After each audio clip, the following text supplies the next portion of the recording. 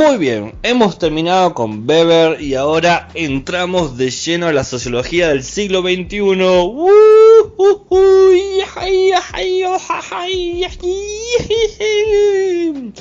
La sociología del siglo XXI se caracteriza, entre otras cosas, en la preocupación por las grandes relaciones de poder entre las masas de la sociedad. Claramente la sociología del siglo XXI está imbuida por pensamientos del siglo XX. Nosotros nos vamos a ocupar de dos, de Bourdieu y de Bauman, por tema de tiempo, facilidad, comodidad y etcétera. Empecemos con la penúltima, la penúltima clase, nos queda la anteúltima y la última. Pierre Bourdieu nació en 1930 y falleció en el 2002. Trabajó en el mismo liceo donde estudió Émile Durkheim, el Louis Le Grand. Trabajó con el profesor de filosofía en el liceo del Moulin, o sea, ahí dio clases. Fundó el Centro de Sociología Europea, fue miembro del Consejo Científico del Max Planck y fundó y dirigió la revista Acta de Investigación en Ciencias Sociales. Para Bourdieu, la sociología es una ciencia social. ¿Qué quiere decir eso? Que mientras que la ciencia produce miedo porque muestra... es una ciencia social porque produce miedo, porque muestra cómo es realmente la sociedad. Señala que la sociedad es un grupo de gente, un conjunto de individuos que luchan constantemente en distintos campos. Bourdieu dice que la sociología no tiene que crear una gran teoría de cómo está organizada la sociedad, sino que tiene que establecer o reconocer los verdaderos problemas, conflictos y tensiones que hay.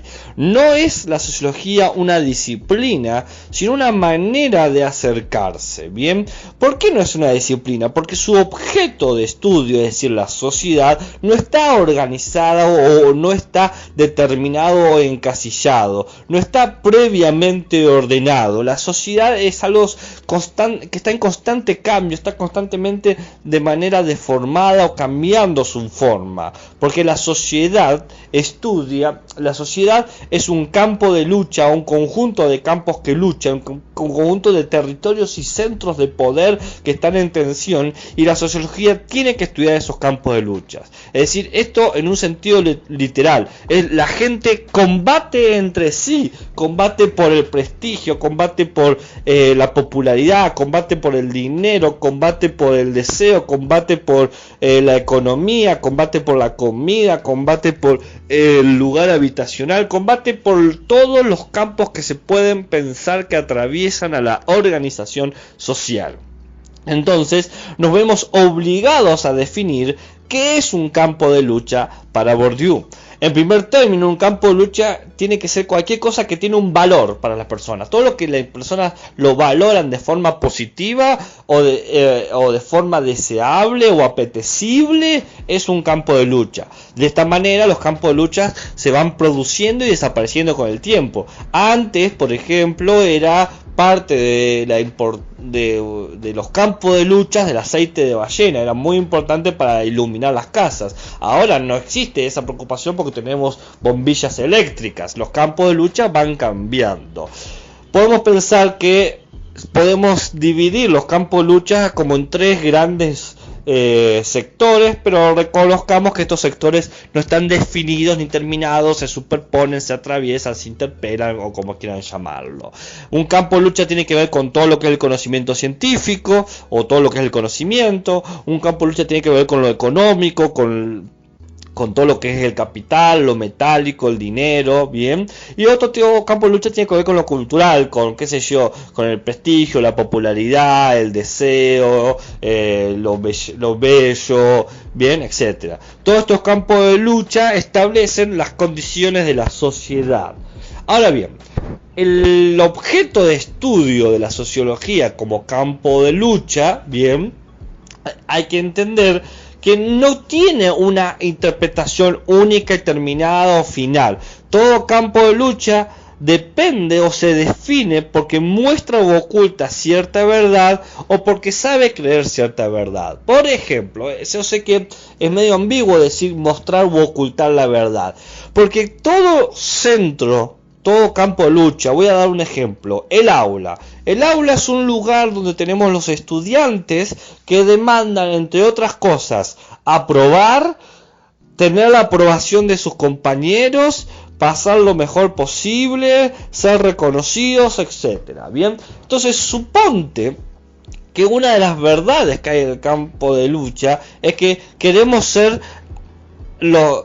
tener el reconocimiento y la amistad de todos mis compañeros. Pero eso oculta algo, que es el deseo de la popularidad, y ese deseo de popularidad también puede ir en contra de el deseo de la aprobación.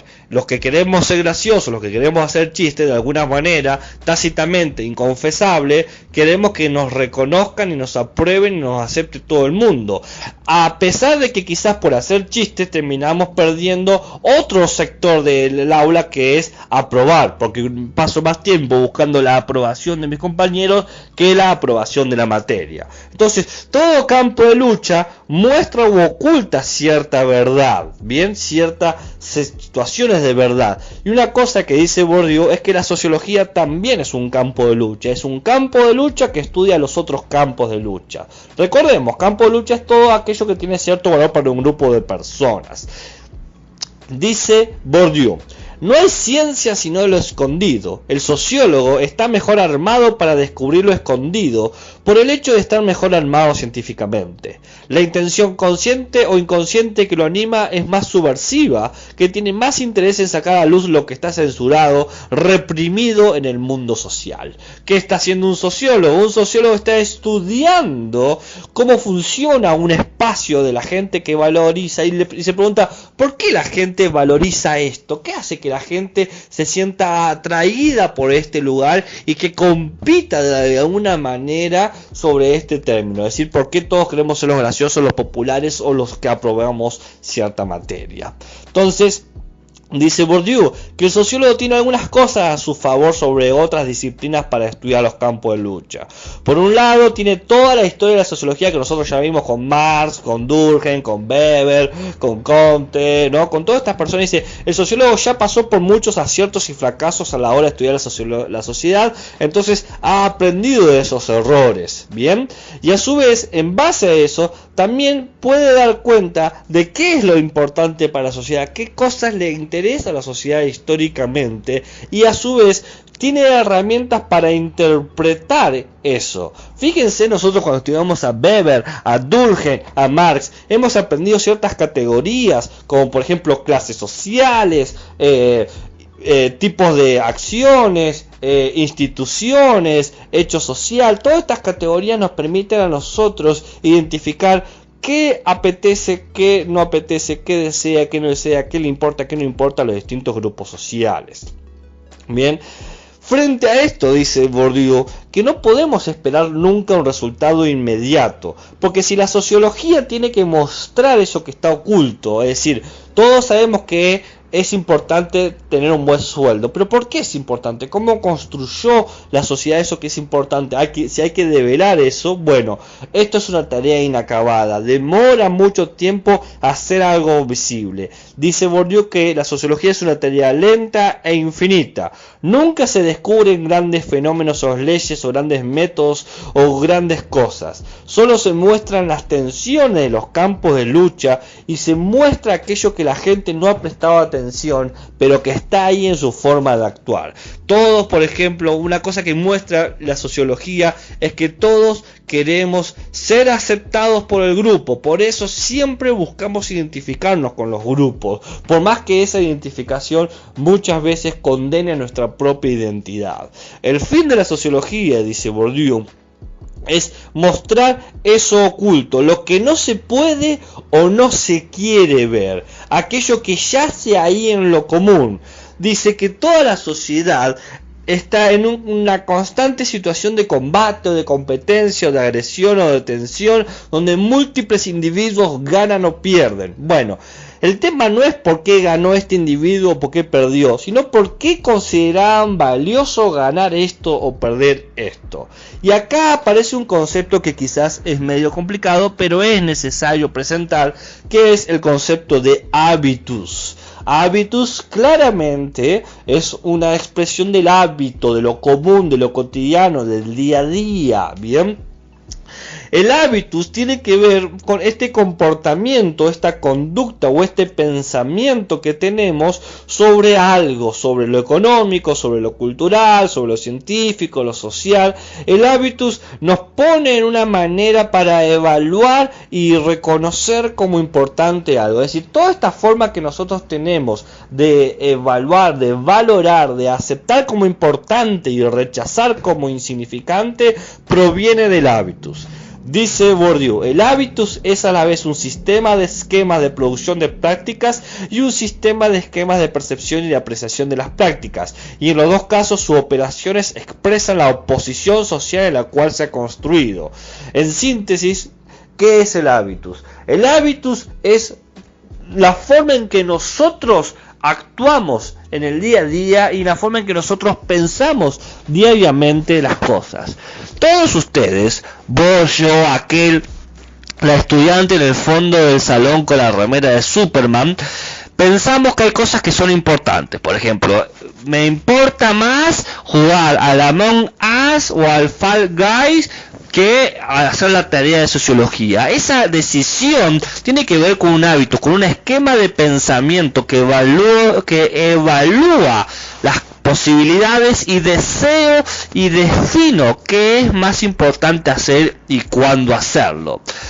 Entonces dice Bourdieu, el hábitus en realidad es una síntesis de distintas formas de pensar o de representar. ¿Qué implica? Implica un sentido, porque con el hábitus yo sé dónde pertenezco, yo sé qué puedo hacer o qué es lo que debo hacer, y también implica algo que tiene que ver con lo que no me identifico, dónde no pertenezco, qué es lo que no puedo hacer, qué soy incapaz de hacer.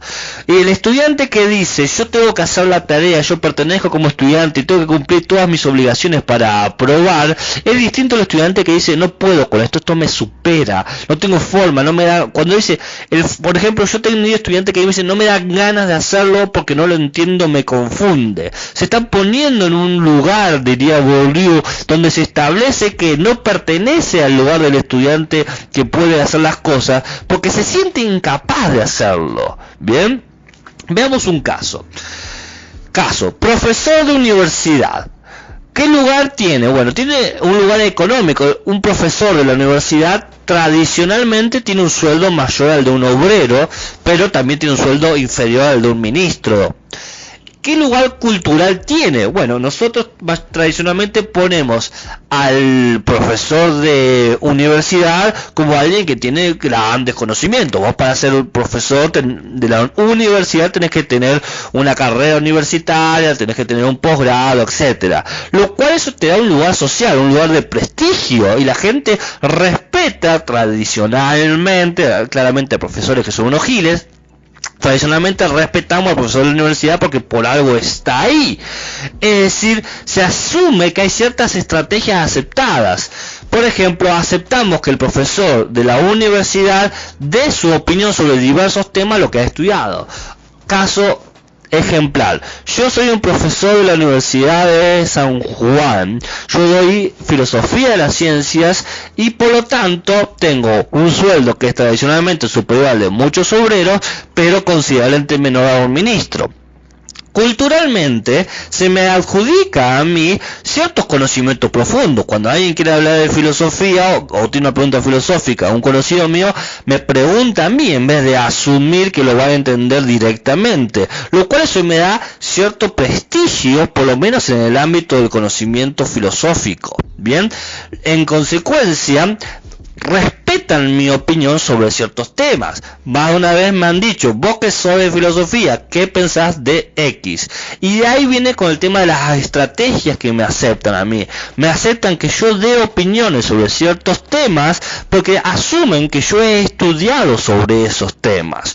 Como filosofía, como docente que da filosofía de la ciencia en la universidad, asumen que mis opiniones sobre la ciencia están un poco más fundamentadas que alguien que se dedica, qué sé yo, no sé, a otra cosa, solamente que dentista, por decirte algo. Entonces, dice Bourdieu, todos los sujetos están atravesados por un hábito, por esta constelación de ideas y de acciones, porque todo sujeto tiene una idea de pertenencia, una idea de que se ubica en un lugar, o que no pertenece a un lugar, o que no pertenece a un lugar, o que no es, o que es capaz o incapaz de algo. Todos tenemos una idea de que es capaz o incapaz. Yo, por ejemplo, yo me ubico en un lugar donde me siento incapaz, pero totalmente inoperante, a un punto de que envidio a la gente que lo puede hacer, a tocar instrumentos musicales. Soy un queso, pero soy horrible. Ustedes, si me han escuchado cantar en alguna de mis clases, saben que soy un bodrio, pero no puedo evitar desearlo y de valorar y de reconocer a la gente que lo puede hacer. Es decir, que yo percibo a los otros sujetos capaz del hábito de la música o el conocimiento musical como muy buenos en eso. Respeto su opinión, como la gente que respeta mi opinión en el ámbito de la filosofía, y así se distinguen distintos campos sociales. Lo que dice Bourdieu es que todo hábitus proviene de un campo, es decir, un lugar de lucha, es decir, un campo de lucha constituye un hábitus, un campo de lucha constituye un hábitus, un campo de lucha constituye un hábito, porque la lucha pone gente con privilegios y gente con desventaja. En el campo de lucha de la filosofía, yo tengo privilegios frente a la gente que no estudia filosofía, o que está estudiando filosofía pero todavía no se ha recibido, o que todavía no ha terminado. Claramente, como yo me recibí, yo terminé, yo he ido más allá en términos de el esquema del campo de lucha. Mi hábitus tiene un conjunto de representaciones y un conjunto de acciones que me ponen en una situación de ventaja sobre los, por ejemplo, estudiantes de primer año. Entonces, en base al campo social, a la lucha que se da, se generan distintos capitales o ganancias. Los capitales son las cosas que nosotros le damos a la gente por tener cierta posición de privilegio, de ventaja. Por ejemplo, como yo había dicho, que le dan cierto valor a mi opinión, la gente interesada en filosofía les voy a interesar yo por consecuencia, la gente que no le interesa la filosofía yo le voy a hacer una persona sumamente desinteresada, etcétera, etcétera, etcétera. Es decir, que el campo social, el capital, el hábitus, están todos íntimamente interconectados, porque el hábitus que te genera un tipo de acción y pensamiento y que lo aplicas sobre un campo social te da lugar a acceder a ciertos capitales. Los capitales son siempre escasos, por eso la gente lucha por eso. Es decir, tenemos un capital social, por ejemplo, que tiene que ver con el económico, que el material, el sueldo, lo cultural, la institución académica, científica, religiosa, el social, cuántos conozco, qué relaciones tenés, los contactos. Es decir, el capital es un interés específico nada más. Todo campo es un campo de lucha, está diciendo Bourdieu acá, porque los campos sociales ofrecen poder donde nosotros acumulamos capitales para poder compartirlos y definir mejores estrategias. Mientras más capitales tenés, mejores pensamientos y representaciones va a tener. Mejores no en el sentido de que pensás mejor, sino que en la escala de valores de la lucha social te van a poner en un mejor estado. Por ejemplo, yo al día de hoy tengo un título de posgrado que es especialista, pero en el marco de los títulos de posgrados es el menor título. Vos podés ser especialista, tener maestría o doctorado. Entonces, en el campo de lucha social de los posgrados, yo estoy en un nivel muy bajo, porque estoy en la especialización, o sea, soy especialista, y un doctorado tiene mucho más nivel que yo. Por lo tanto, él tiene mayor capital académico que el que yo tengo. Pero yo tengo mayor capital académico que mis estudiantes de secundaria. Y así en otros campos. ¿Bien? Todo esto nos genera distintas posiciones y distintas ubicaciones. Lo que hace Bourdieu es señalar que también los campos establecen que mientras más tiempo estás en el lugar privilegiado, te convertís en lo que se llaman los antiguos u ortodoxos. El viejo Carcamán, que está hace 20 años en el lugar, que mantiene el status quo, lo mantiene porque defiende su interés y su privilegio. Y los que se están estudiando, haciendo de abajo, son los modernos o los heterodoxos que quieren cambiar el status quo o la situación para ellos ser ahora los que tienen el mayor capital. Dice Bourdieu, a cada campo le corresponde un hábitus, un sistema de disposiciones incorporadas, pensamiento y prácticas, que son propios del campo. Por ejemplo, el hábitus de la filología, el hábitus del pugilismo, el hábitus de la sociología, el hábitus de la filosofía. Tan solo quienes hayan incorporado el hábitus propio del campo tienen condiciones de jugar al juego y de creer en la importancia de ese juego. Veamos un caso. Caso ciencias naturales. Hábitus. Seguir una formación universitaria en una carrera científica. Aplicar el método científico y seguir los criterios de la ciencia. Capital. Tener prestigio como científico y poder. El científico define, por ejemplo, qué es lo verdadero y lo falso en la realidad. Los antiguos. Los antiguos son los científicos que lideran hoy en día las investigaciones actuales. Los modernos son los científicos que quieren inaugurar nuevas corrientes de investigación científica para tener un nuevo lugar en la lucha social.